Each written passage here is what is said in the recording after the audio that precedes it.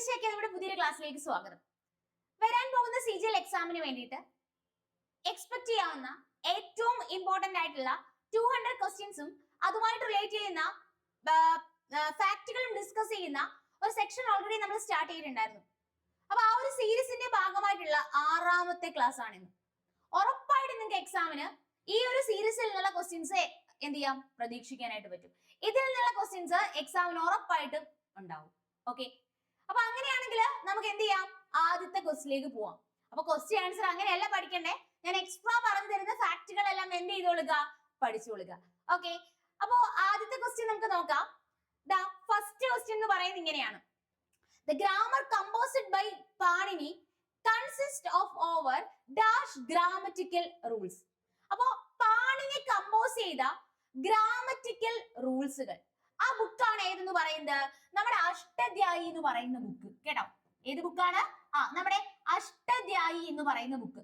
ഈ അഷ്ടധ്യായി എന്ന് പറയുന്ന ബുക്ക് എഴുതിയത് ആരാണെന്ന് വെച്ചാൽ അതിന് ആൻസർ ആരാണ്? പാണിനിയാണ്.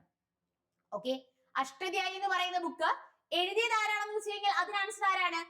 പാണിനിയാണ് അഷ്ടധ്യായി എന്ന് പറയുന്ന ബുക്ക് എഴുതിയത്. അപ്പൊ ശരിക്കും ഈ അഷ്ടധ്യായി എന്ന് പറയുന്ന ബുക്കില് ഇതൊരു ഗ്രാമർ ബുക്കാണ്.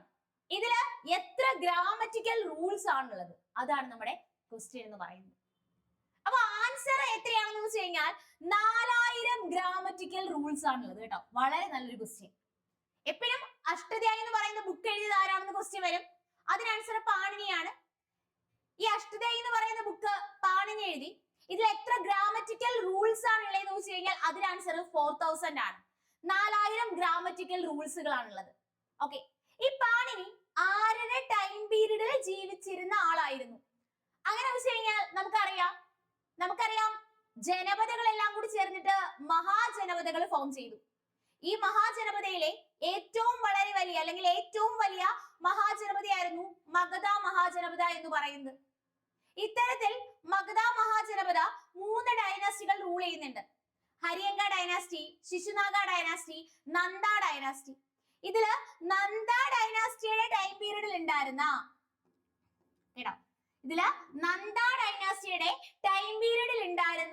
ആരെന്ന് പറയുന്നത് പാണിനി എന്ന് പറയുന്നത്. ഓക്കെ, അപ്പോ ഈ ഒരു അഷ്ടധ്യായി എന്ന് പറയുന്ന ബുക്കില് ഇതില് 8 ചാപ്റ്റേഴ്സ് ആണുള്ളത്. കേട്ടോ, 8 ചാപ്റ്റേഴ്സ് ആണുള്ളത്. ഓരോ ചാപ്റ്ററിലും 4 സെക്ഷൻ വീതം, 4 സെക്ഷൻസ്. ഓക്കെ, അപ്പൊ 8 ചാപ്റ്റേഴ്സ് ആണുള്ളത്. ഓരോ ചാപ്റ്ററിലും 4 സെക്ഷൻ വീതം. അങ്ങനെ ടോട്ടൽ 32 സെക്ഷൻസ് ആണ് ടോട്ടൽ ഉള്ളത്. ഓക്കെ, പറഞ്ഞ ഓരോ പോയിന്റും എക്സാമുകൾക്ക് ചോദിച്ചിട്ടുള്ള ഓരോ ക്വസ്റ്റ്യൻ. അപ്പൊ ഇങ്ങനെ അങ്ങ് പഠിച്ചോളുക. അഷ്ടധ്യായി എന്ന് പറയുന്ന ബുക്ക് എഴുതിയത് ആരാണെന്ന് വെച്ചാൽ അതിന് ആൻസർ പാണിനി. ഗ്രാമർ ബുക്കാണ് ഈ അഷ്ടധ്യായി എന്ന് പറയുന്ന ബുക്ക്. ഇതില് എത്ര ഗ്രാമറ്റിക്കൽ റൂൾസുകൾ ഇൻക്ലൂഡഡ് ആണെന്ന് വെച്ച് കഴിഞ്ഞാൽ അതിന് ആൻസർ 4000 ഗ്രാമർ റൂൾസുകൾ ഇൻക്ലൂഡഡ് ആണ്. അത്തരത്തിൽ ഈ ഒരു ബുക്കില് അല്ലെങ്കിൽ അഷ്ടധ്യായി എന്ന് പറയുന്ന ബുക്ക് എഴുതിയ പാണിനി നമ്മുടെ നന്ദ ഡൈനാസ്റ്റിയുടെ ടൈം പീരീഡിൽ ജീവിച്ചിരുന്ന ആളാണെന്ന് അറിയുക. ദെൻ നമുക്കിതില് ഈ അഷ്ടധ്യായി എന്ന് പറയുന്ന ബുക്കില് 8 ചാപ്റ്റേഴ്സ് ആണുള്ളത്. ഓരോ ചാപ്റ്ററിലും 4 സെക്ഷൻ വീതം. അങ്ങനെ ടോട്ടൽ മൊത്തത്തിൽ 32 സെക്ഷൻസ് ആണുള്ളത്. ഓക്കെ, അപ്പൊ അത്രയും കാര്യം പ്രോപ്പർലി ഇതുമായിട്ട് ബേസ് ചെയ്ത് അറിയുക. ഇനി നമുക്കറിയാം, നമ്മൾ എപ്പോഴും ഏൻഷ്യന്റ് ഹിസ്റ്ററി പഠിക്കുന്ന സമയത്ത് അതുമായിട്ട് റിലേറ്റ് ചെയ്ത് അല്ലെങ്കിൽ ആ ഒരു പോർഷനിൽ നിന്ന് കുറച്ചധികം ബുക്കുകൾ എക്സാമിന് ക്വസ്റ്റ്യൻ ആയിട്ട് വരാറുണ്ട്. ഇപ്പോ ഓൾറെഡി നമ്മൾ ആദ്യത്തെ ഒരു ബുക്ക് പഠിച്ചു. ഏതായിരുന്നു? അഷ്ടധ്യായി. അഷ്ടധ്യായി എന്ന് പറയുന്ന ബുക്ക് എഴുതിയത് ആരാണെന്ന് വെച്ചാൽ അതിന് ആൻസർ ആരാണ്?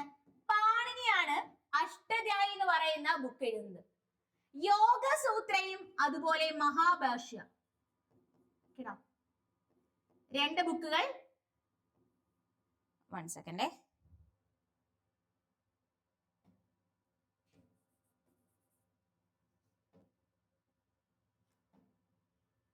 ഓക്കെ, അപ്പൊ ഞാൻ ഒന്നുകൂടി പറയാം. അഷ്ടധ്യായി എന്ന് പറയുന്ന ബുക്ക് എഴുതിയത് ആരാണെന്ന് വെച്ചാൽ അതിന് ആൻസർ പാണിനി. കേട്ടോ, അഷ്ടധ്യായി എന്ന് പറയുന്ന ബുക്ക് എഴുതിയത് ആരാണെന്ന് വെച്ചാൽ അതിന് ആൻസർ ആരാണ്? പാണിനി. ഓക്കെ, ആദ്യത്തെ ബുക്ക് പഠിച്ചു. ഇനി യോഗസൂത്രയും അതുപോലെ തന്നെ മഹാഭാഷ്യ.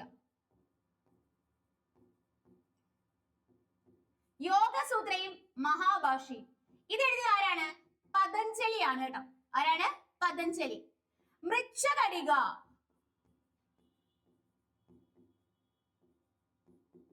ഈ മൃച്ഛകടിക എന്ന് പറയുന്ന ബുക്ക് എഴുതിയത് ആരാണെന്ന് വെച്ച് കഴിഞ്ഞാൽ അതിന് ആൻസർ ശൂദ്രകയാണ് കേട്ടോ. ആരാണ്? ശൂദ്രക. അർത്ഥശാസ്ത്ര എന്ന് പറയുന്ന ബുക്ക് എഴുതിയത് ആരാണെന്ന് ചോദിക്കും. അർത്ഥശാസ്ത്ര അത് നമുക്ക് എല്ലാവർക്കും അറിയാവുന്നതാണ്. അർത്ഥശാസ്ത്ര എന്ന് പറയുന്ന ബുക്ക് എഴുതിയത് ആരാണ്? കൗടില്യ. ഇന്ത്യക്ക എന്ന് പറയുന്ന ബുക്ക് എഴുതിയത് ആരാണെന്ന് ചോദിക്കും. ഇന്ത്യക്ക. ഇന്ത്യക്ക എഴുതാരാ? മെഗസ്തനീസ് അല്ലേ? ഇന്ത്യക്ക എന്ന് പറയുന്ന ബുക്ക് എഴുതിയത് ആരാണ്? മെഗസ്തനീസ്. ഇതെല്ലാം PYQ ചോദിച്ചിട്ടുള്ളതാണ്. ഇന്ത്യക്ക എന്ന് പറയുന്ന ബുക്ക് എഴുതുന്ന ആരാണ്? മെഗസ്തനീസ്. നാഗാനന്ദ രത്നാവലി പ്രിയദർശിക. കേട്ടോ, നാഗാനന്ദ അതുപോലെ രത്നാവലി പ്രിയദർശിക. നാഗാനന്ദ രത്നാവലി പ്രിയദർശിക. ഇത് മൂന്നും എഴുതുന്ന ആരാണ്? ഹർഷവർദ്ധന.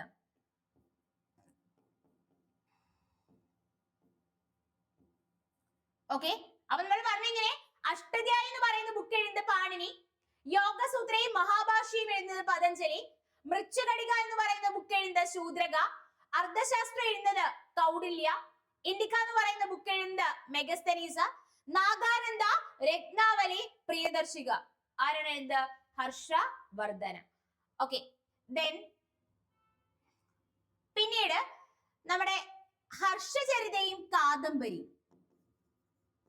കേട്ടോ, അടുത്ത ബുക്കാണ് ഹർഷചരിത അതുപോലെ തന്നെ കാദംബരി. ഹർഷചരിതയും കാദംബരിയും ഈ രണ്ട് ബുക്ക് എഴുതുന്നത് ബാണഭട്ട. കേട്ടോ, ഈ രണ്ട് ബുക്ക് എഴുതുന്നത് ബാണഭട്ട. കാമസൂത്ര എഴുതുന്നത് വാത്സ്യായന. ഓക്കെ, അപ്പൊ അത്രയും ബുക്കുകൾ പ്രോപ്പർലി ഓർക്കുക. കഴിഞ്ഞില്ല, ക്വസ്റ്റ്യൻ വരും. രാജതരംഗിണി എന്ന് പറയുന്ന ബുക്ക് എഴുതാരാണ്? രാജതരംഗിണി. രാജതരംഗിണി എന്ന് പറയുന്ന ബുക്ക് ഇതെല്ലാം എക്സാമിന് ചോദിച്ചിട്ടുള്ളതാണ്, ഒന്നുപോലെ സ്കിപ്പ് ചെയ്യല്ലേ. രാജതരംഗിണി എന്ന് പറയുന്ന ബുക്ക് എഴുതാരാണെന്ന് വെച്ച് കഴിഞ്ഞാൽ അതിന് ആൻസർ ആരാണ്? കൽഹണയാണ് രാജതരംഗിണി എന്ന് പറയുന്ന ബുക്ക് എഴുതിയത്. ഇനി ബുദ്ധചരിത എന്ന് പറയുന്ന ബുക്ക് അതുകൂടി നമുക്ക് നോക്കാം കേട്ടോ. ഏതാണ്? ബുദ്ധചരിത എന്ന് പറയുന്ന ബുക്ക് എഴുതിയതാരാണ്? ബുദ്ധചരിത. ബുദ്ധചരിത എന്ന് പറയുന്ന ബുക്ക് എഴുതിയത് അശ്വഘോഷ.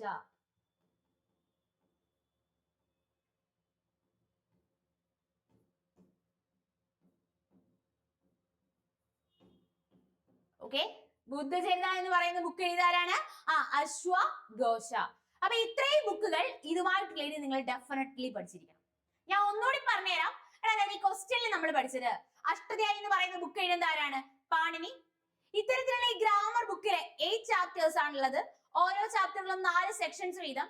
ഈ അഷ്ടധ്യായി എന്ന് പറയുന്ന ബുക്കില് 4000 ഗ്രാമറ്റിക്കൽ റൂൾസുകളാണുള്ളതെന്ന് അറിയുക. പാണിനി എന്ന് പറയുന്ന ഈ സാൻസ്ക്രിറ്റ് ഗ്രാമേറിയൻ നമ്മുടെ നന്ദ ഡൈനാസ്റ്റിയ ടൈം പീരീഡിൽ ജീവിച്ചിരുന്ന ആളായിരുന്നു. പിന്നീട് നമ്മൾ അവിടുന്ന് പറഞ്ഞത് പ്രോപ്പർലി അങ്ങനെയാണെങ്കിൽ 4000 ഗ്രാമറ്റിക്കൽ റൂൾസ് ഉണ്ടെന്ന് നമ്മൾ പഠിച്ചു വെച്ചിട്ടുണ്ട്.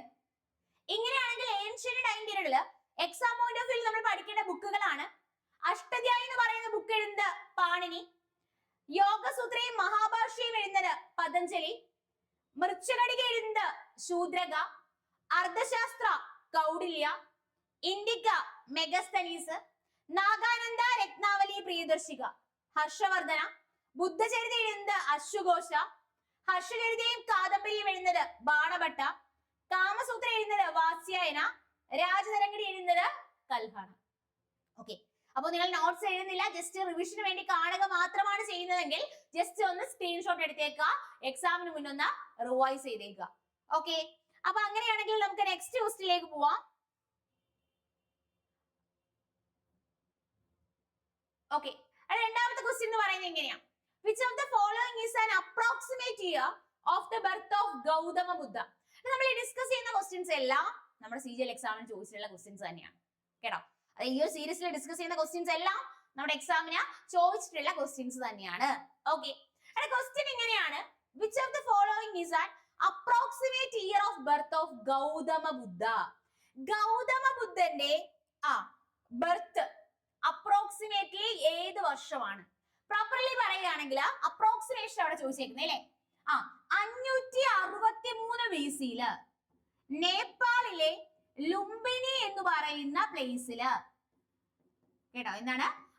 563 BC-ല് നേപ്പാളിലെ ലുംബിനി എന്ന് പറയുന്ന പ്ലേസില് ഫാദർ ശുദ്ധോദനയ്ക്കും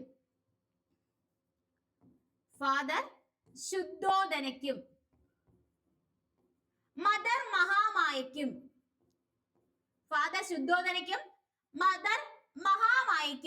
സിദ്ധാർത്ഥ എന്ന് പറഞ്ഞ നെയിമിൽ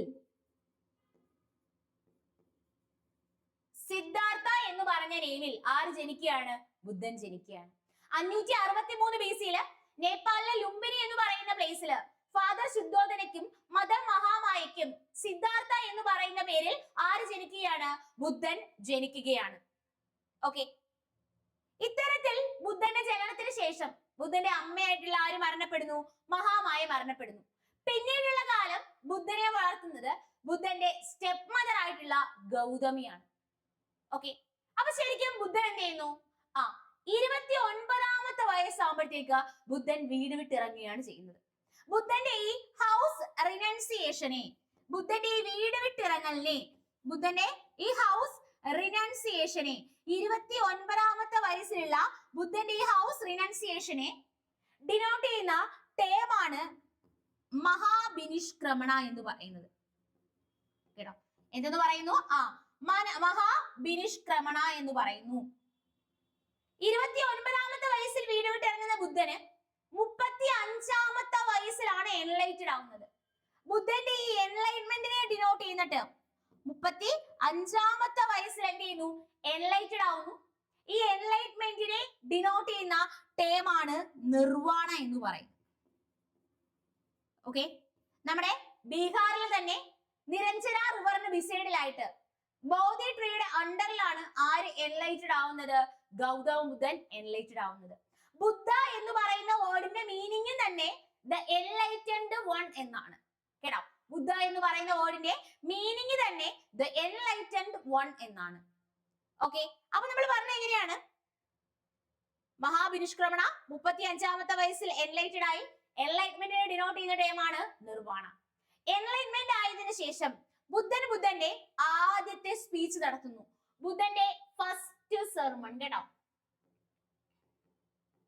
ഓക്കെ. ബുദ്ധന്റെ ആദ്യത്തെ സ്പീച്ച് നടത്തുന്നു. ബുദ്ധന്റെ ഫസ്റ്റ് സെർമൺ അത് എവിടെ വെച്ചിട്ടാണെന്ന് വെച്ച് കഴിഞ്ഞാൽ നമ്മുടെ ഉത്തർപ്രദേശിലെ സാരനാഥിൽ വെച്ചിട്ടാണ്. ബുദ്ധന്റെ ആദ്യത്തെ സെർമൺ നടത്തുന്നു. അത് എവിടെ വെച്ചിട്ടാണ്? ഉത്തർപ്രദേശിലെ സാരനാഥിൽ വെച്ചിട്ട് ബുദ്ധന്റെ ആദ്യത്തെ സെർമൺ നടത്തുന്നു. ഈ ബുദ്ധന്റെ ഫസ്റ്റ് സെർമണിനെ ഡിനോട്ട് ചെയ്യുന്നത് ധർമ്മചക്ര പ്രവർത്തന എന്നാണ്. കേട്ടോ, ധർമ്മചക്ര പ്രവർത്തന. അങ്ങനെ ശരിക്കും 563 BC-ല് ജനിക്കുന്ന ബുദ്ധൻ 483 BC-ല്, അതായത് അദ്ദേഹത്തിന്റെ 80ാമത്തെ വയസ്സിൽ എന്ത് ചെയ്യുന്നു? മരണപ്പെടുകയാണ് ചെയ്യുന്നത്. ബുദ്ധന്റെ മരണം എവിടെ വെച്ചിട്ടാണെന്ന് വെച്ച് കഴിഞ്ഞാൽ അത് കുശിനഗറിൽ വെച്ചിട്ടാണ്. കേട്ടോ, ബുദ്ധന്റെ മരണം എവിടെ വെച്ചിട്ടായിരുന്നു? കുശിനഗറിൽ വെച്ചിട്ട്. ബുദ്ധന്റെ ഈ മരണത്തെ ഡിനോട്ട് ചെയ്യുന്ന ടേം ഏതാണെന്ന് വെച്ച് കഴിഞ്ഞാൽ അത് പരിനിർവാണ അല്ലെങ്കിൽ മഹാപരിനിർവാണ എന്നാണ്. കേട്ടോ, പരിനിർവാണ അല്ലെങ്കിൽ എങ്ങനെ ഡിനോട്ട് ചെയ്യുന്നു? മഹാപരിനിർവാണ എന്ന് പറയുന്നു. പരിനിർവാണ അല്ലെങ്കിൽ എന്ത് പറയുന്നു? മഹാപരിനിർവാണ എന്ന് പറയുന്നു. അപ്പോ നമ്മൾ പറഞ്ഞ ഇത്രയും കാര്യങ്ങൾ ഞാൻ ഒരിക്കൽ കൂടി പറഞ്ഞുതരാം. 563 BC-ല് നേപ്പാളിലെ ലുംബിനി എന്ന് പറയുന്ന പ്ലേസില് ഫാദർ ശുദ്ധോദന, മദർ മഹാമായ, സിദ്ധാർത്ഥ എന്ന് പറഞ്ഞ പേരിൽ ആര് ജനിക്കുകയാണ്? ഗൗതമ ബുദ്ധൻ ജനിക്കുകയാണ്. ബുദ്ധൻ ജനിച്ചു. 29ാമത്തെ വയസ്സാകുമ്പോഴത്തേക്ക് ബുദ്ധൻ ഹൗസ് റൺസ് ചെയ്യുകയാണ്, വീട് വിട്ട് ഇറങ്ങുകയാണ് ചെയ്യുന്നത്. ഈ വീട് വിട്ട് ഇറങ്ങലിനെ ഡിനോട്ട് ചെയ്യുന്ന ടേമാണ് മഹാബിനിഷ്ക്രമണ എന്ന് പറയുന്നത്. 29ാമത്തെ വയസ്സിൽ വീട് വിട്ട് ഇറങ്ങിയ ബുദ്ധൻ 35ാമത്തെ വയസ്സിൽ എൻലൈറ്റഡ് ആവുന്നു. ഈ എൻലൈറ്റ്മെന്റിനെ ഡിനോട്ട് ചെയ്യുന്ന ടേമാണ് നിർവാണ എന്ന് പറയുന്നത്. എൻലൈറ്റ്മെന്റിന് ശേഷം ബുദ്ധന്റെ ആദ്യത്തെ സെർമൺ, ആദ്യത്തെ സ്പീച്ച് നടത്തുന്നു ഉത്തർപ്രദേശിലെ സാരാനാഥില്. ഇനി ഈ സെർമണിനെ ഡിനോട്ട് ചെയ്യുന്ന ടേമാണ് ധർമ്മചക്ര പ്രവർത്തന എന്ന് പറയുന്നത്. 483 BC-ല് 80-ാമത്തെ വയസ്സിൽ എന്ത് ചെയ്യുന്നു? മരണപ്പെടുന്നു. എവിടെ വെച്ചിട്ടായിരുന്നു മരണപ്പെടുന്നത്? ഉത്തർപ്രദേശിലെ കുശിനഗറിൽ വെച്ചിട്ടാണ്. ദെൻ ഈ മരണത്തെ ഡിനോട്ട് ചെയ്യുന്ന ടേമാണ് പരിനിർവാണ അല്ലെങ്കിൽ മഹാപരിനിർവാണ എന്ന് പറയുന്നത്. ഓക്കെ, എടാ ഓൾറെഡി ഞാൻ പറഞ്ഞു നേപ്പാളിലെ ലുംബിനിയിലാണ് നമ്മുടെ ഗൗതമ ബുദ്ധൻ ജനിക്കുന്നത്. ബുദ്ധന്റെ ജനനം നേപ്പാളിലെ ലുംബിനിയിലാണെന്ന് പറയുന്ന പില്ലർ ഏതാണെന്ന് ക്വസ്റ്റ്യൻ വന്നിട്ടുണ്ട്. അത് റുമിൻദേയി പില്ലർ. കേട്ടോ, ബുദ്ധന്റെ ജനനം നേപ്പാളിലെ ലുംബിനിയിലാണെന്ന് പറയുന്ന പില്ലർ ഏതാണെന്ന് വെച്ചാൽ ആൻസർ ഏതാണ്? റുമിൻദേയി പില്ലർ ആണ്. ബുദ്ധിസവുമായിട്ട് റിലേറ്റ് ചെയ്ത ലിറ്ററേച്ചർ ആണ് ഏതെന്ന് പറയുന്നത്? ത്രിപീഡക എന്ന് പറയുന്നത്. ത്രിപീഡക എന്ന് പറയുന്ന വേർഡിന്റെ മീനിങ് ചോദിച്ചിട്ടുണ്ട്. 3 baskets എന്നാണ്. ബുദ്ധിസവുമായിട്ട് റിലേറ്റ് ചെയ്ത ലിറ്ററേച്ചർ ആണ് ത്രിപീഡക. ത്രിപീഡക എന്ന് പറയുന്ന വേർഡിന്റെ മീനിങ് 3 baskets എന്നാണ്. ഇതിലെ വിനയ പീഡക, സൂട്ട പീഡക, അഭിധാമ പീഡക അതൊക്കെ മുന്നത്തെ ക്ലാസ്സിൽ ഞാൻ ഓൾറെഡി ഡിസ്കസ് ചെയ്തിട്ടുണ്ട്. ഓക്കെ, അപ്പൊ ഇവിടുത്തെ അപ്രോക്സിമേറ്റ് ചെയ്യുമ്പോ ഏത് പറയാൻ പറ്റും? 560 പറയാൻ പറ്റും അല്ലെ? ഏത് പറയാം? 560 പറയാം. ഓക്കെ, അപ്പൊ ഈ പറഞ്ഞ കാര്യങ്ങളെല്ലാം കൃത്യമായിട്ട് അറിയാലോ. ഓരോ പോയിന്റുകളും അത്രയും ഇമ്പോർട്ടന്റ് ആണ്. 29-ാമത്തെ വയസ്സിൽ വീട് വിട്ടിറങ്ങലിനെ ഡിനോട്ട് ചെയ്യുന്ന ടൈമാണ് മഹാബിനിഷ്ക്രമണ. 35-ാമത്തെ വയസ്സിൽ എൻലൈറ്റഡ് ആവുന്നു നിർവാണ. എൻലൈറ്റഡ് ആയതിനു ശേഷം ആദ്യത്തെ സെർമൺ ധർമ്മചക്ര പ്രവർത്തന. ദെൻ മരണം മഹാപരിനിർവാണ ഓർ പരിനിർവാണ. ഓക്കെ, അപ്പൊ അങ്ങനെയാണെങ്കിൽ നമുക്ക് എന്ത് ചെയ്യാം? നെക്സ്റ്റ് ക്വസ്റ്റ്യനിലേക്ക് പോവാം കേട്ടോ.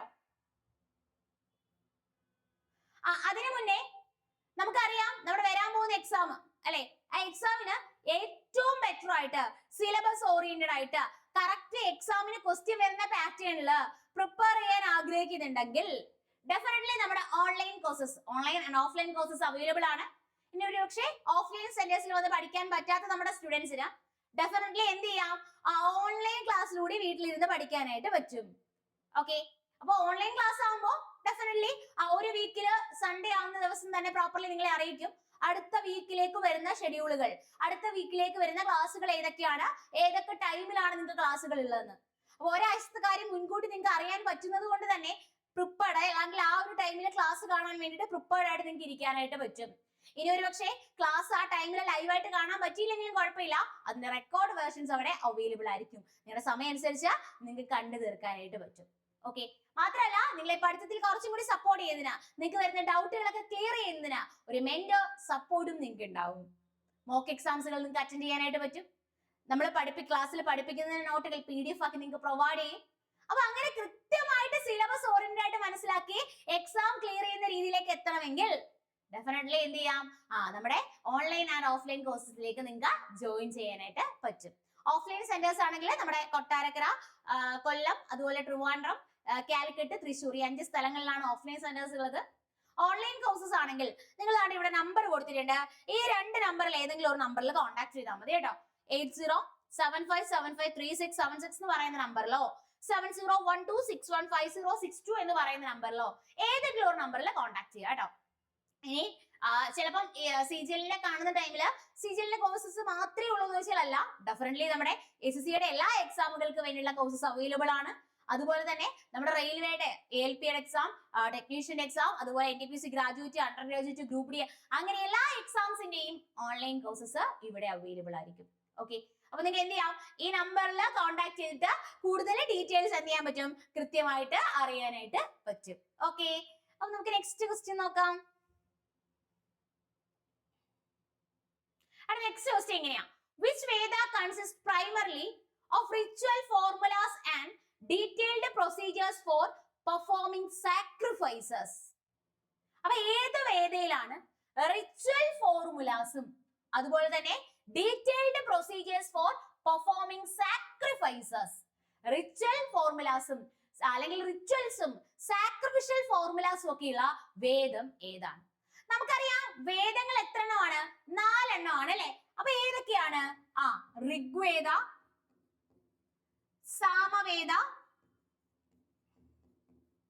ഋഗ്വേദ, സാമവേദ, യജുർവേദ, അതുപോലെ അഥർവവേദ.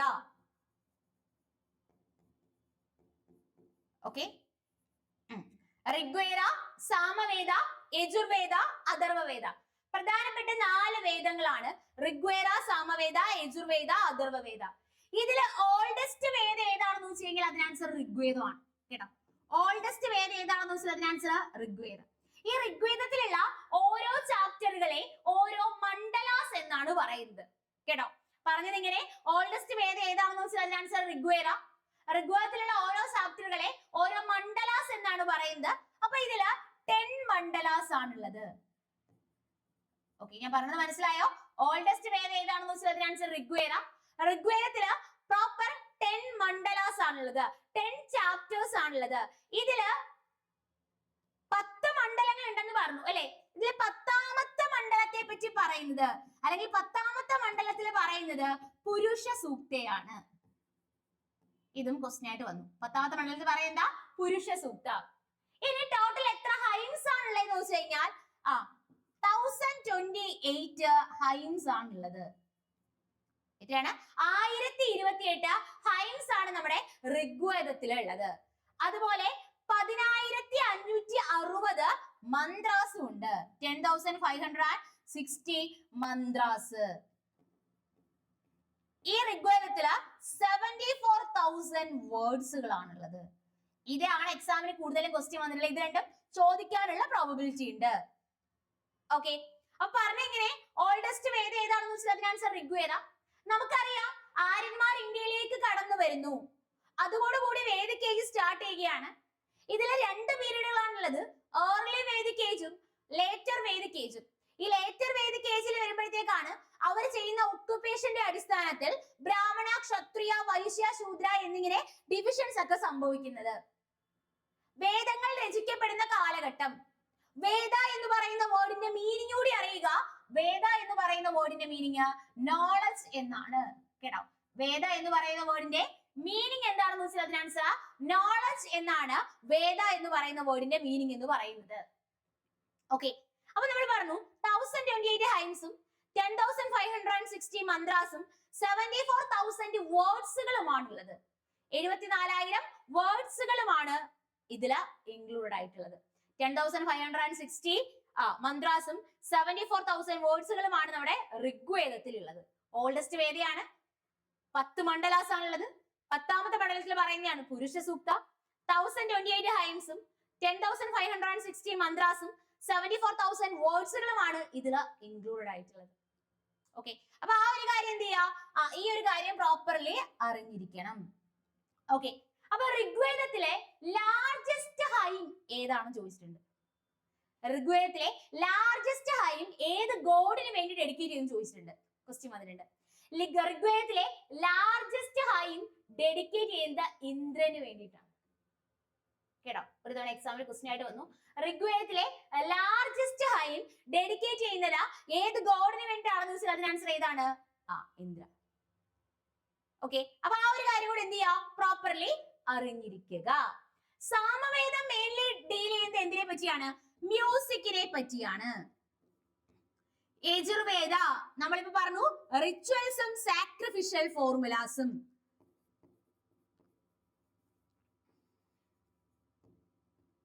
റിച്വൽസും സാക്രിഫിഷ്യൽ ഫോർമുലാസും. അഥർവവേദത്തിൽ പറയുന്നത് magical spells towards ഇവിൽ spirit and disease കേട്ടോ. അഥർവവേദത്തിൽ മെൻഷൻ ചെയ്ത മാജിക്കൽ സ്പെൽസ് ടുവാർഡ്സ്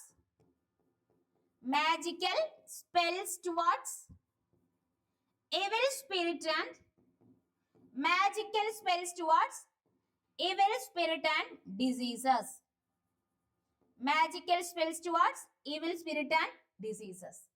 Okay, അപ്പൊ വേദങ്ങൾ പ്രധാനമായിട്ടും 4 എണ്ണം. ഇതിലുണ്ടല്ലോ ഋഗ്വേദ, സാമവേദ, യജുർവേദ, അഥർവവേദ. ഇതില് വേദത്രായി എന്നറിയപ്പെടുന്ന വേദങ്ങൾ അത് ഋഗ്വേദയും സാമവേദയും യജുർവേദയും. ഈ 3 വേദങ്ങളെയാണ് വേദത്രായി എന്നറിയപ്പെടുന്നത്. അതും ക്വസ്റ്റ്യൻ ആയിട്ട് വന്നിട്ടുണ്ട് കേട്ടോ. വേദത്രായി എന്നറിയപ്പെടുന്ന 3 വേദങ്ങളാണ് ഋഗ്വേദ, സാമവേദ, യജുർവേദ എന്ന് പറയുന്നത്. ഓക്കെ, നമ്മുടെ ക്വസ്റ്റ്യൻ റിച്വൽ ഫോർമുലാസിനെയും സാക്രിഫിഷ്യൽ ഫോർമുലാസിനെ പറ്റിയൊക്കെ പറയുന്ന വേദം ഏതാണ്? അത് യജുർവേദമാണ് പറയുന്നത്. അങ്ങനെയാണെങ്കിൽ വേദ എന്ന് പറയുന്ന വേർഡിന്റെ മീനിങ് എന്താണെന്ന് വെച്ച് കഴിഞ്ഞാൽ അതിന് ആൻസർ നോളജ് എന്നാണ്. ഋഗ്വേദ, സാമവേദ, യജുർവേദ, അഥർവവേദ. ഋഗ്വേദം എന്ന് പറയുന്നത് നമ്മുടെ ഓൾഡസ്റ്റ് വേദയാണെന്ന് അറിയുക. ഇതില് ചാപ്റ്ററുകളെയാണ് മണ്ഡലാസ് എന്ന് പറയുന്നത്. 10 മണ്ഡലാസ് ആണുള്ളത്. ഇതിൽ 10ാമത്തെ മണ്ഡലത്തിൽ പറയുന്നത് പുരുഷ സൂക്തയെ പറ്റിയാണ്. ടോട്ടൽ 1028 ഹൈംസ് ആണുള്ളത്. 10,560 മന്ത്രാസും 74,000 വേർഡ്സുകളുമാണ് ഇതിൽ ഇൻക്ലൂഡഡ് ആയിട്ടുള്ളത്. 1028 ഹൈംസ് ഉണ്ട് എന്ന് പറഞ്ഞു. ഇതിൽ ലാർജസ്റ്റ് ഹൈം ഡെഡിക്കേറ്റ് ചെയ്യുന്നത് ലോർഡ് ഇന്ദ്രന് വേണ്ടിയിട്ടാണെന്ന് അറിയുക.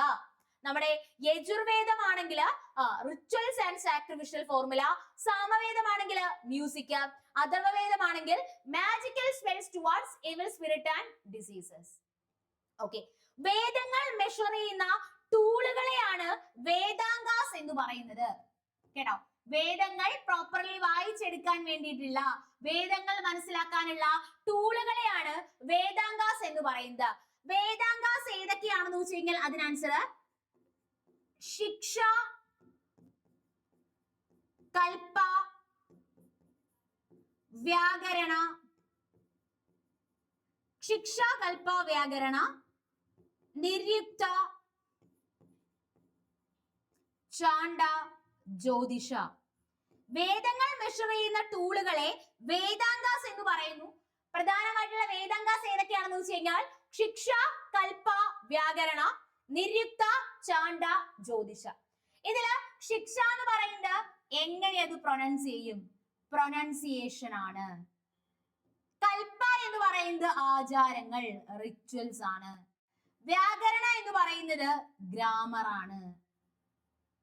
നിര്യുക്ത എന്ന് പറയുന്നത് ശബ്ദോൽപത്തി ശാസ്ത്രം, എത്തിമോളജി ആണ്. ചാണ്ട പറയുന്നത് മെട്രിക്സ് ആണ്, മെട്രിക്സ്. ജ്യോതിഷ എന്ന് പറയുമ്പോൾ അസ്ട്രോണമി. വേദങ്ങൾ എത്രയുണ്ടെന്ന് ചോദിച്ചാൽ തെറ്റിപ്പോകരുത്. 4 വേദങ്ങളാണുള്ളത്. Rigveda, Samaveda, Yajurveda, Atharvaveda.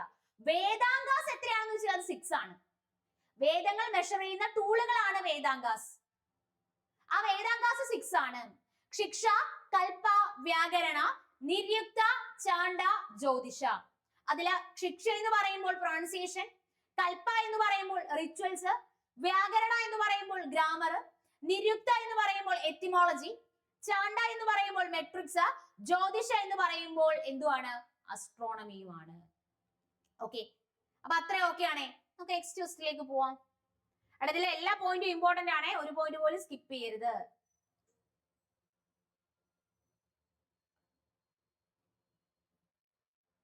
Okay, question repeat ചെയ്യുന്നതാണ്. ഓക്കെ, അടുത്തൊരു question ചോദിച്ചാണ്ടോ. In the context of Rigveda, what was the term Rig signify?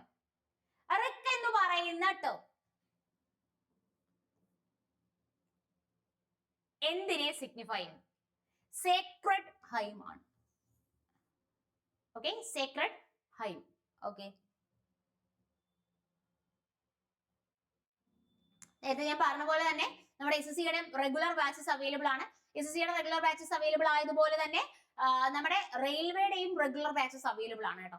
നമുക്കറിയാം ഇയർലി എക്സാംസ് റെയിൽവേയിലും നടക്കുന്നത് കൊണ്ട് തന്നെ അതിന്റെ കോഴ്സും പ്രോപ്പർലി എന്താണ് മാറി വന്ന പാറ്റേണുകൾക്ക് അനുസരിച്ചിട്ട് തന്നെ, അല്ലെങ്കിൽ എക്സാമിന്റെ പാറ്റേണിൽ ഉണ്ടായ ചേഞ്ചിനെ മനസ്സിലാക്കി തന്നെ ആയിരിക്കും പ്രോപ്പർലി ക്ലാസ്സുകൾ നിങ്ങൾക്ക് പ്രൊവൈഡ് ചെയ്യുന്നുണ്ടാവുക. ഓക്കെ, അപ്പൊ കോഴ്സിലോട്ട് ജോയിൻ ചെയ്യാൻ താല്പര്യം ഉണ്ടെങ്കിൽ ഞാൻ ഈ പറഞ്ഞ പോലെ 2 നമ്പർ ഇവിടെ ആഡ് ചെയ്തിട്ടുണ്ട്.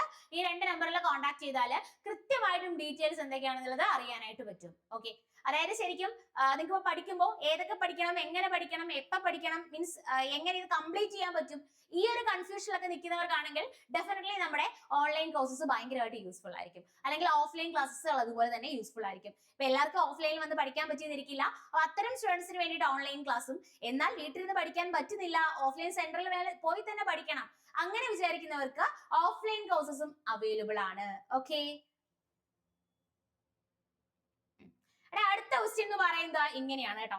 അതായത് in ancient India Chanhudaro was A primarily A centre for. ഈ ചാൻഹുദാരോ എന്ന് പറയുന്ന സെന്റർ മെയിൻലി എന്തിനു വേണ്ടിയിട്ടുള്ളതായിരുന്നു? ബീഡ് മേക്കിങ്ങിന് വേണ്ടിയുള്ള സെന്റർ ആയിരുന്നു കേട്ടോ. ചാൻഹുദാരോ എന്ന് പറയുന്നത് മെയിൻലി എന്തിനു വേണ്ടിയുള്ള സെന്റർ ആയിരുന്നു ചോദിച്ചാൽ ആൻസർ എന്തായിരുന്നു? ബീഡ് മേക്കിങ്ങിന് വേണ്ടിയുള്ള സെന്റർ ആയിരുന്നു. ചാൻഹുദാരോ എന്ന് പറയുന്ന സൈറ്റ് എപ്പോഴും ക്വസ്റ്റ്യൻ വരാം സിറ്റി വിത്തൗട്ട് സിറ്റാഡൽ കേട്ടോ. എപ്പോഴും എക്സാമിന് ക്വസ്റ്റ്യൻ വരാം സിറ്റി വിത്തൗട്ട് സിറ്റാഡൽ. സിറ്റാഡൽ ഇല്ലാത്ത സിറ്റി ഏതാണെന്ന് വെച്ചാൽ അതിന് ആൻസർ ഏതാണ്? ചാൻഹുദാരോ ആണ്. City without citadel. സിറ്റാഡൽ ഇല്ലാത്ത സിറ്റി ഏതാണെന്ന് വെച്ചാൽ അതിന് ആൻസർ ഏതാണ്? ചാൻഹുദാരോ. ഈ സൈറ്റ് ലൊക്കേറ്റ് ചെയ്യുന്നത് എവിടെയാണെന്ന് വെച്ച് കഴിഞ്ഞാൽ അതിന് ആൻസർ എവിടെയാണ്? പാകിസ്ഥാനില്. ഇതിനടുത്തുകൂടി ഫ്ലോ ചെയ്യുന്ന റിവർ ഏതാണെന്ന് വെച്ചാൽ അതിന് ആൻസർ ഏത് തന്നെയാ? ഇൻഡസ് റിവർ തന്നെയാണ്. ഓക്കെ, അപ്പൊ സിറ്റി വിത്തൗട്ട് സിറ്റാഡൽ ഏതാണ്? ചാൻഹുദാരോ. ബീഡ് മേക്കിങ്ങിന് വേണ്ടിയിട്ട് ഫേമസ് ആയിട്ടുള്ള സൈറ്റ് ആണ് ചാൻഹുദാരോ എന്ന് പറയുന്നത്. ഇത് ലൊക്കേറ്റ് ചെയ്യുന്നത് എവിടെയാ? പാകിസ്ഥാനില്. ഏത് റിവറിന് ബിസൈഡിലായിട്ട്? ഇൻഡസ് റിവറിന് ബിസൈഡിലായിട്ട്. ഈ ബീഡ് മേക്കിങ്ങിന് വേണ്ടിയിട്ട് ഇവര് സ്റ്റിയറ്റൈറ്റ് സ്റ്റോണും അതുപോലെ കാർണേലിയൻ സ്റ്റോണും ഒക്കെ യൂസ് ചെയ്തിട്ടുണ്ടായിരുന്നു. കാർണേലിയൻ സ്റ്റോണും അതുപോലെ സ്റ്റിയറ്റൈറ്റ് സ്റ്റോണ് ഇതൊക്കെ ശരിക്കും ബീഡ് മേക്കിങ്ങിന് വേണ്ടിയിട്ട് ഇവർ യൂസ് ചെയ്തിട്ടുണ്ടായിരുന്നു. നമ്മുടെ എക്സാമിന് 2025 ക്വസ്റ്റ്യൻ ആയിട്ട് വന്നു.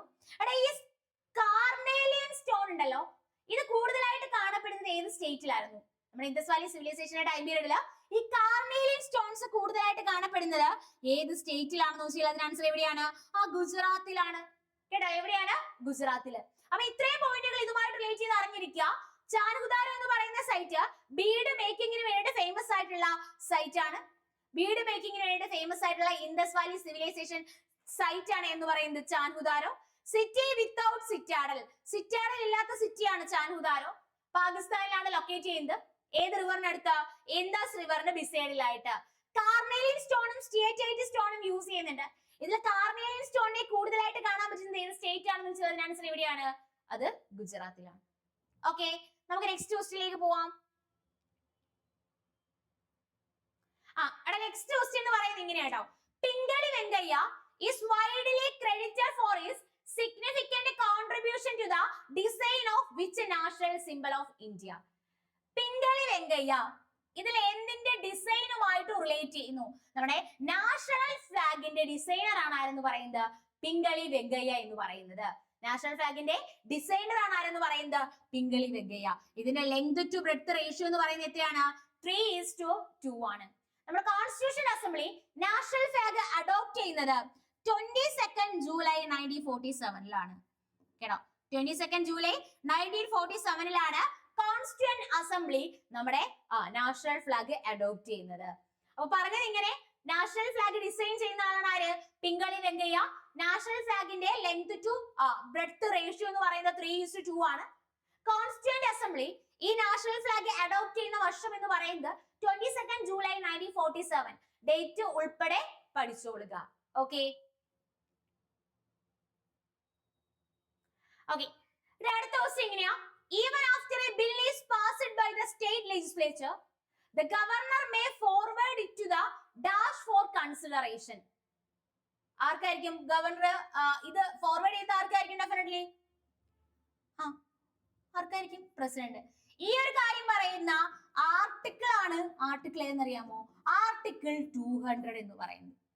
ഓക്കെ, ഈ പറഞ്ഞ കാര്യം മെൻഷൻ ചെയ്യുന്ന ആർട്ടിക്കിൾ ഏതാണെന്ന് വെച്ചാൽ അതിന് answer article 200.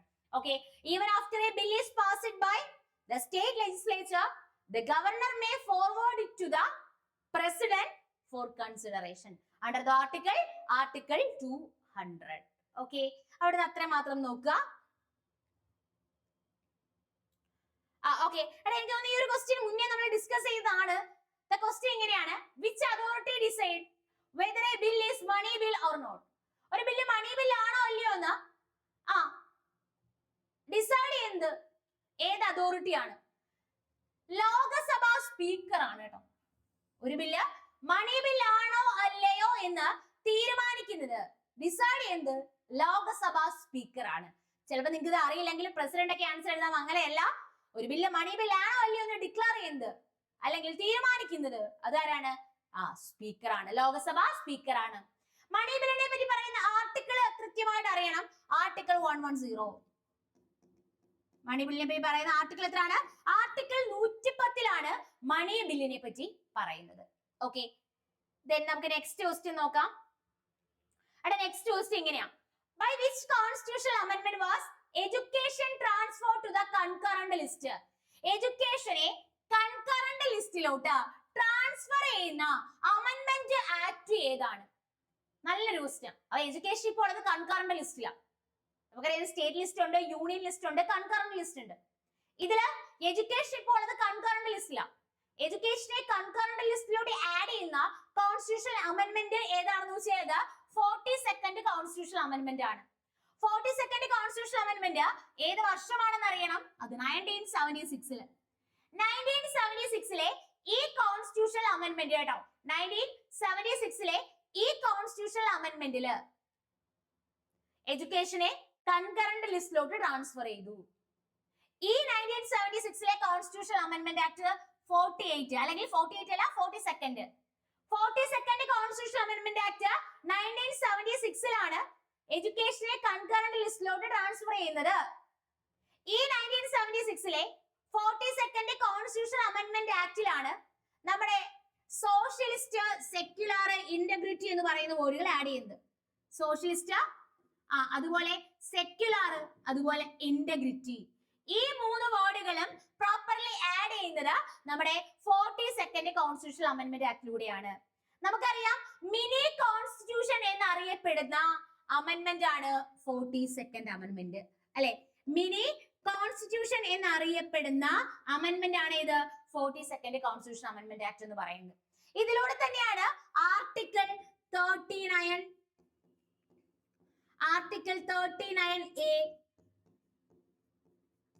Article 43A, article 48A ഈ 4 ആർട്ടിക്കിളും ആഡ് ചെയ്യുന്നതും ഇതിലൂടെ തന്നെ ആണ്. ഓക്കെ, നമ്മുടെ ഡയറക്റ്റീവ് പ്രിൻസിപ്പിൾസ് ഓഫ് സ്റ്റേറ്റ് പോളിസിയിൽ വരുന്ന ഈ 4 ആർട്ടിക്കിളും ആഡ് ചെയ്യുന്നതും ഈ അമെന്റ്മെന്റ് ആക്ടിലൂടെയാണ്. ഇവ ഇത്രയും മെയിൻലി പഠിച്ചത് ഇങ്ങനെയായിരുന്നു. എഡ്യൂക്കേഷനെ കൺകറന്റ് ലിസ്റ്റിലോട്ട് ട്രാൻസ്ഫർ ചെയ്യുന്നത് ഏത് അമെന്റ്മെന്റ് ആക്ട് വഴിയാണെന്ന് വെച്ച് കഴിഞ്ഞാൽ 42nd അമെന്റ്മെന്റ് ആക്ട് വഴി. ഏത് വർഷമാണ്? 1976. മിനി കോൺസ്റ്റിറ്റ്യൂഷൻ എന്നറിയപ്പെടുന്ന അമെന്റ്മെന്റ് ആക്ട് ആണ് എന്ന് പറയുന്നത്. ദെൻ സോഷ്യലിസ്റ്റ്, സെക്യുലർ, ഇന്റഗ്രിറ്റി എന്ന് പറയുന്ന 3 വേർഡുകളെ ഇതിലോട്ട് ആഡ് ചെയ്യുന്നു, അല്ലെങ്കിൽ 3 വേർഡുകളെ ആഡ് ചെയ്യുന്നത് ഈ കോൺസ്റ്റിറ്റ്യൂഷൻ അമെന്റ്മെന്റ് ആക്ട് വഴിയാണ്. ആർട്ടിക്കിൾ 39, 39A, 43A, 48A ഈ ആർട്ടിക്കിളും എന്ത് ചെയ്യുന്നുണ്ട്? ആഡ് ചെയ്യുന്നുണ്ട്. ഓക്കെ, ദെൻ നമ്മുടെ 44ാമത്തെ കോൺസ്റ്റിറ്റ്യൂഷൻ അമെന്റ്മെന്റ് ആക്ട് എന്നായിരുന്നു? 1978. നമുക്കറിയാം നമ്മുടെ റൈറ്റ് ടു പ്രോപ്പർട്ടി ഡിലീറ്റ് ചെയ്ത കോൺസ്റ്റിറ്റ്യൂഷൻ അമെന്റ്മെന്റ് ആക്ട് അല്ലേ. റൈറ്റ് ടു പ്രോപ്പർട്ടി ഡിലീറ്റ് ചെയ്ത കോൺസ്റ്റിറ്റ്യൂഷൻ അമെന്റ്മെന്റ് ആക്ട് ആണ് 44th കോൺസ്റ്റിറ്റ്യൂഷൻ അമെന്റ്മെന്റ് ആക്ട്. എന്നാണ് വർഷം എന്ന് വെച്ച് കഴിഞ്ഞാൽ എന്നാണ് അത്? 1978 ഓക്കെ, ദെൻ നമ്മുടെ 24ാമത്തെ കോൺസ്റ്റിറ്റ്യൂഷൻ അമെന്റ്മെന്റ് ആക്ട് അല്ലേ. 24ാമത്തെ കോൺസ്റ്റിറ്റ്യൂഷൻ അമെന്റ്മെന്റ് ആക്ട് എന്നാ? അത് 1971 24ാമത്തെ കോൺസ്റ്റിറ്റ്യൂഷൻ അമെന്റ്മെന്റ് ആക്ട് എന്നാണ്? 1971 power of the parliament to amend any part of the constitution including fundamental rights. Fundamental right ഉൾപ്പെടെ കോൺസ്റ്റിറ്റ്യൂഷന്റെ ഏത് പാർട്ടും അമെൻഡ് ചെയ്യാനുള്ള പാർലമെന്റിന്റെ അധികാരം. ഇതിനെ പറ്റിയാണ്, ഈ ഒരു കാര്യമാണ് 24th അമെന്റ്മെന്റ് ആക്ട് 1971 ആഡ് ചെയ്തിട്ടുള്ളത്. 61st അമെന്റ്മെന്റ് ആക്ട് സ്റ്റേറ്റ് ലെജിസ്ലേറ്റീവിലും ലോകസഭയിലേക്കുമുള്ള ഇലക്ഷനില് 21 വയസ്സിൽ നിന്ന് 18 വയസ്സിലേക്ക് വോട്ടിംഗ് ഏജ് റെഡ്യൂസ് ചെയ്യപ്പെട്ട അമെന്റ്മെന്റ് ആക്ട് ആണ് 61st അമെന്റ്മെന്റ് ആക്ട് 1989 എന്ന് പറയുന്നത്. കേട്ടോ, എന്താണ് 1989 എന്ന് പറയുന്നത്? ഓക്കെ, അപ്പൊ അത്രയും കാര്യങ്ങൾ എന്ത് ചെയ്യുള്ളൂ? കൃത്യമായിട്ട് പഠിച്ചോളുക. അപ്പോ ഈ പറഞ്ഞ കാര്യങ്ങൾ ഇതെല്ലാം ഒന്ന് ജസ്റ്റ് ഒന്ന് സ്ക്രീൻഷോട്ട് എടുത്തോ കേട്ടോ. ഓക്കെ, നമ്മൾ പറഞ്ഞ എങ്ങനെയാ? 42nd amendment act 1976 then 1976 socialist, secular, integrity ഈ 3 വേർഡുകളെ ആഡ് ചെയ്യുന്നു. മിനി കോൺസ്റ്റിറ്റ്യൂഷൻ എന്നറിയപ്പെടുന്ന അമെന്റ്മെന്റ് ആക്ട് ആണ് 42nd amendment act. Article 39, 39A, 43A, 48A ഈ ആർട്ടിക്കിളും പ്രോപ്പർലി ആഡ് ചെയ്യുന്നത് 42nd അമെന്റ്മെന്റ് ആക്ട് 1976 വഴിയാണ്. 44th amendment act 1978 right to property delete ചെയ്യുന്നത് ഈ ഒരു അമെന്റ്മെന്റ് ആക്ട് വഴിയാണ്. റൈറ്റ് ടു പ്രോപ്പർട്ടി എന്ന് പറയുന്നത് ഫണ്ടമെന്റൽ റൈറ്റ് അല്ല, ഇപ്പോ ഇതൊരു ലീഗൽ റൈറ്റ് ആണ്. 24th അമെന്റ്മെന്റ് ആക്ട് 1971 പറയുന്നത് parliament has the right to amend any part of the constitution including fundamental rights. 61st amendment act 1989 വർഷം ഉൾപ്പെടെ അറിയാട്ടോ. ഇപ്പൊ എല്ലാ എക്സാമിനും ഓരോ അമെന്റ്മെന്റ് ആക്ടുകളുടെ വർഷം ചോദിക്കാറുണ്ട്. 1989 അവിടെ വോട്ടിംഗ് ഏജ് റെഡ്യൂസ് ചെയ്യാം. 21 നിന്ന് 18 വോട്ടിംഗ് ഏജ് റെഡ്യൂസ് ചെയ്തു. ലോകസഭയിലും സ്റ്റേറ്റ് ലെജിസ്ലേറ്റീവ് അസംബ്ലിയിലുള്ള ഇലക്ഷനിൽ 21 നിന്ന് 18 വോട്ടിംഗ് ഏജ് റെഡ്യൂസ് ചെയ്യപ്പെട്ട അമെന്റ്മെന്റ് ആക്ട് ആണ് 61st അമെന്റ്മെന്റ് ആക്ട്. എന്നാണ്? 1989. ഓക്കെ, അപ്പൊ ഇത്രയും കാര്യങ്ങളാണ് ഇന്നത്തെ ക്ലാസ്സിൽ നമ്മൾ ഡിസ്കസ് ചെയ്യുന്നത്. ക്ലാസ് കേൾക്കുന്നതിനെ കൂടെ തന്നെ അങ്ങ് പഠിച്ചു പോയിക്കാം. അറിയാത്ത ഫാക്ടുകൾ മാത്രം ഒന്ന് നോട്ട് ചെയ്തോളുക. അങ്ങനെയാണെങ്കിൽ നമുക്ക് എന്ത് ചെയ്യാം, അടുത്ത സെക്ഷനിൽ മീറ്റ് ചെയ്യാം. Okay, thank you all and happy learning.